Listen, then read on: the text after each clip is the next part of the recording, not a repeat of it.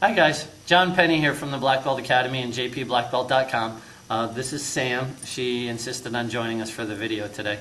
I get a lot of questions from people around the country, friends, family, law enforcement, military, even students who train here at the Academy. And sometimes in the middle of a class, we don't have time to answer a question maybe as thoroughly as I'd like. And a lot of these questions, most of them are related to self-defense, fighting, firearms, some of them even to physical fitness as it relates to those topics. And of course, there's a lot of similarities in the questions that we're being asked. Sometimes we're being asked the same question, in fact. Sometimes the reality of it is those questions even show that they don't know where to start and they don't know what questions to ask. So what I'm going to do is put together some videos and articles, hopefully on a weekly basis to help some of you guys out, give you an idea of, what to look at, what to consider.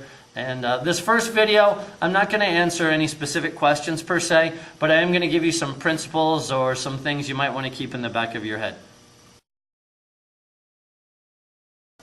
The first thing I'm going to suggest to you is to beware the guru, beware the expert, beware the master. Yeah, the internet's great, but with all the Facebook, Twitter, chat rooms, and blogs, there's a whole bunch of experts out there. And sure, it's the information superhighway, but it's full of a lot of drunk drivers as well. Of course, that begs the question, now wait a minute, aren't you suggesting people listen to you as an expert or consider what you have to say? Maybe. I think expert's a very dangerous word, and it's certainly not one I'm going to apply to myself in any topic. I will confess to being an enthusiastic student in a handful of subjects, and we'll leave it at that. But the truth is, in anything I tell you, I don't want you to switch off your brain and just take what I say for face value. More than that, I want you to think. I want you to consider, and I want you to use your brain. So when I tell you something, if I tell you anything, I want you to ask yourself, is it logical and does it make sense? And because I want you to think for yourself specifically, occasionally I'll give you differing opinions and I'll point them out. And because I want you to think, I'm going to tell you why. And I may be able to give you very valid reasons for completely opposite points of view. Another topic we're going to discuss pretty regularly is that of firearms. And now I know some people would say, well, I don't like guns, I would never use guns. My spouse would never let me have a gun or a firearm. I live in Illinois, so I need a permit to say the word gun. And I do understand. Not everybody has decided to incorporate a firearm into their personal self-defense strategy. It's a personal choice. It's a personal self-defense strategy. However, we do have a lot of law enforcement and military where a firearm is kind of plan A, and I understand that. We do have a lot of people where when it comes to home defense, that's kind of the thing they want to rely on first, and I think that's a pretty good idea. So I'm trying to make sure we cover all of the bases for people who want all the bases covered. If you choose to not deal with that, that's fine. I've got no problem with that. But I think I would be doing people a disservice if I sit up here and say, hey, I know a lot about the topic of self-defense, and yet I'm completely ignorant of firearms. Locally, we have an interesting issue. We have a lot of people who call themselves law enforcement instructors, and yet they've never shot a pistol. I find that a bit odd, and that's about as nicely as I can put that. So we will talk about pistols, we will talk about long guns, we will talk about firearms as a topic. If you don't like it, that's cool, I understand. You can skip those topics. But if you do have a question about firearms, feel free to send them.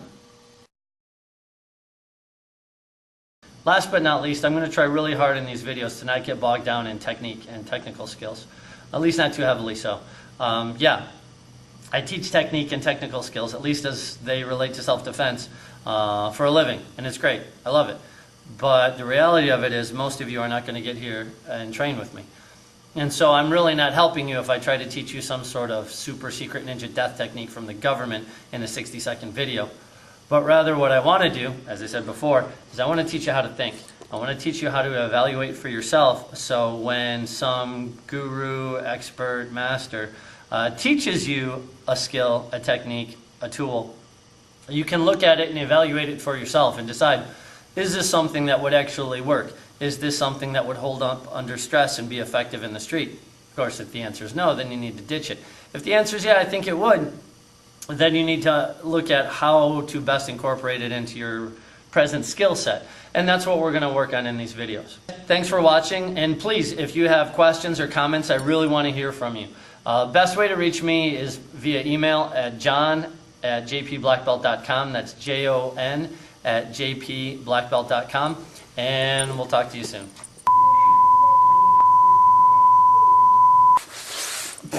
Penny here. You're killing me here. Firearms, physical fitness. You're just gonna hug the camera, aren't you? Penny here with the Black Belt Academy in shape. Oh, that was my mouth.